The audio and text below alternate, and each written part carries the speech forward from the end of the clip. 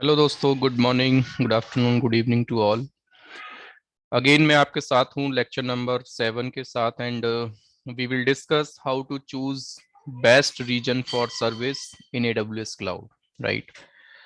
Lecture number 5 और 6 में मैंने आपसे बात किया था कि एडब्ल्यूएस का पूरा जो ग्लोबल इंफ्रास्ट्रक्चर है उसमें क्या क्या की पॉइंट्स आपको याद रखने हैं before starting with AWS cloud. तो 4 की पॉइंट्स का मैंने आपसे बात किया था। रीजन का मतलब क्या होता है, अवेलेबिलिटी जोन का मतलब क्या होता है, एज लोकेशंस का एंड रीजनल एज लोकेशंस का मतलब क्या होता है। ठीक है, अगर आपने ये चीजें अंडरस्टैंड कर लिए हैं तो आप अभी एक छोटा सा टॉपिक और अंडरस्टैंड कर लें। एज अ सॉल्यूशन आर्किटेक्ट या फिर एज अ यूजर आपको ये चीजों का ध्यान रहना चाहिए। जब भी आप एक सर्विस को, एप्लीकेशन को एडब्ल्यूएस क्लाउड में स्पिन करने वाले हैं, माइग्रेट करने वाले हैं, प्रोविजन करने वाले हैं, तो ये 5 पॉइंट्स मिनिमम आपको थोड़ा सा इनको चेक कर लेना है अगर आपको इनकी नॉलेज नहीं है तो। अगर मैं एक सर्विस प्रोविजन करना चाहता हूं तो सबसे पहला पॉइंट मेरे को याद रखना है कि जो लेटेंसी मेरे को ऑन प्रेमाइसिस डेटा सेंटर से मिल रहा था after migrating the application to AWS cloud, या फिर एक न्यू एप्लीकेशन भी मैं रन करता हूं, तो मेरे को लेटेंसी एक्चुअल में क्या मिलेगा from different different locations. AWS ने आपसे सीधा सा बोला है कि एक पर्टिकुलर डेटा सेंटर की मैं आपसे बात करता हूं, तो एक डेटा सेंटर में मिनिमम 2 अवेलेबिलिटी जोन उनके पास है ही। मैक्सिमम कितने, it depends on the customer requirement या फिर कस्टमर का ट्रैफिक कितना है उस डेटा सेंटर के लिए। तो लेटेंसी एडब्ल्यूएस ने बोला है कि आप विद इन द रीजन किसी भी अवेलेबिलिटी जोन में आप एप्लीकेशन को रन करते हैं तो you will get the same latency. Application में आपका सेम लोकेशन से आप इस वाले एजेट से एप्लीकेशन को एक्सेस करो या दूसरे वाले एजेट से एप्लीकेशन को एक्सेस करो, there will no difference from the latency side, आप ऐसा समझ लें।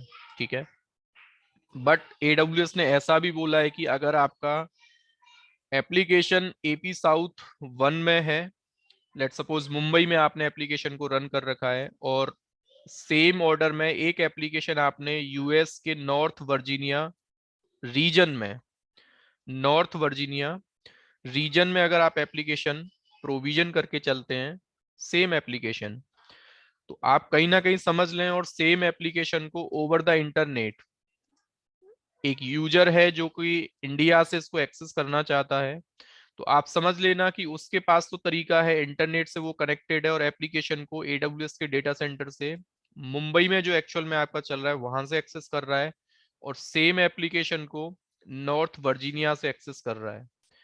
एप्लीकेशन अगर मुंबई से ट्रैफिक उसका सर्व होता है तो will get the good speed, और सेम एप्लीकेशन अगर मुंबई के डेटा सेंटर में कोई प्रॉब्लम हुआ या ये डेटा सेंटर आपका डाउन हुआ, traffic will migrated to North Virginia, that means US location के लिए, तो you will not get the same latency. ये चीज आपको ध्यान रखना है। दैट्स वाई सबसे पहले बोला जाता है कि आप अपना एक टेस्टिंग एनवायरनमेंट क्रिएट करके अपनी अंडरस्टैंडिंग ऐसा कर लें कि एडब्ल्यूएस के हर एक रीजन से आपको सेम लेटेंसी नहीं मिलेगा। मिल सकता है, you will have to take the advantage of the CloudFront services add on, आपको कुछ सर्विस अपने एप्लीकेशन के साथ आपको प्रोविजन करना पड़ेगा। बट एडब्ल्यूएस ने जो बोला है, ड्यू टू द डिस्टेंस या एंड यूजर इतने बड़े डिस्टेंस पे है कि वो एप्लीकेशन को जब एक्सेस करता है एक्चुअल डेटा सेंटर से, तो you will get the latency difference from the different different locations. दूसरा पॉइंट मैंने इसीलिए यहाँ पे लिखा है, तो टोटल 5 की पॉइंट्स में जो पहला जो पॉइंट आपका है दैट इज लेटेंसी, कि एग्जैक्टली आपको एप्लीकेशन में स्पीड या कंटेंट का डिलीवरी वो कितना चाहिए, जो ऑन प्रेमाइसेस आपको मिल रहा था वो एक्चुअल में आप अभी क्लाउड में जाने के बाद आपको मिल रहा है कि नहीं। ये चीज आपको एक टेस्टिंग इन्वायरमेंट क्रिएट करके चेक करना पड़ेगा। दूसरा जो पॉइंट हमारा है वो है आपका यूजर या कस्टमर का लोकेशन। कभी कभी हमसे गलती ये हो जाती है कि हम लोग एप्लीकेशन को जब प्रोविजन करते हैं ना, एप्लीकेशन को प्रोविजन करने के लिए हम अपने लोकेशन के अकॉर्डिंग एप्लीकेशन को प्रोविजन कर देते हैं। कहने का मतलब मेरा है, मैं अगर इंडिया से बैठ के एप्लीकेशन को किसी भी एडब्ल्यूएस के रीजन में प्रोविजन कर सकता हूं, बट एक्चुअल में आपने ऐसा कुछ प्लान किया था। मेरा जो एप्लीकेशन है ना, मैं एक यूएस में एक नया बिजनेस अपना स्टार्ट करना चाहता हूं। मेरे एप्लीकेशन को जो बंदे यूएस लोकेशंस के होंगे वही इस एप्लीकेशन को एक्सेस करेंगे। लेकिन आपने गलती से प्लान क्या कर दिया, आप इंडिया में थे तो आपने सिंपल में ये सोचा कि मेरे नियरेस्ट जो डेटा सेंटर है, एडब्ल्यूएस का जो रीजन है वो मुंबई है। तो आपने एप्लीकेशन को rather than provisioning in the US, आपने एप्लीकेशन को प्रोविजन किया इंडिया के मुंबई रीजन में। और वो लॉजिकली वो कहीं ना कहीं आपने गलत कर दिया, क्योंकि अगेन आपके इस मुंबई से यूएस में बैठ के जब यूजर्स इस एप्लीकेशन को एक्सेस करेंगे, they will get the huge latency. Identify the customer और यूजर लोकेशंस की एक्चुअल में आपके एप्लीकेशन को यूजर एक्सेस कहां से करने वाले हैं। एप्लीकेशन ग्लोबल है आपका या स्पेसिफिक रीजन के लिए आपने प्रोविजन करना है। अगर आपको लगता है कि यूएस के कस्टमर्स फर्दर मेरे एप्लीकेशन को एक्सेस करेंगे, तो ऑलवेज नियरेस्ट रीजन में आपको जो कस्टमर के पास में हो, उस रीजन को आपको अपनी एप्लीकेशन के लिए, सर्विस के लिए चूज करना है। इसके बाद तीसरा जो की पॉइंट आपका है, जिसको हम लोग बोलते हैं सर्विस अवेलेबिलिटी। सर्विस अवेलेबिलिटी का सीधा सा मतलब है एडब्ल्यूएस के एट प्रेजेंट मैं आपसे बात करता हूं तो they are providing almost 400 plus services in AWS cloud. और 400 प्लस में भी आपके कुछ सर्विसेज ऐसे हैं जो कि हर एक रीजन में अवेलेबल भी नहीं है।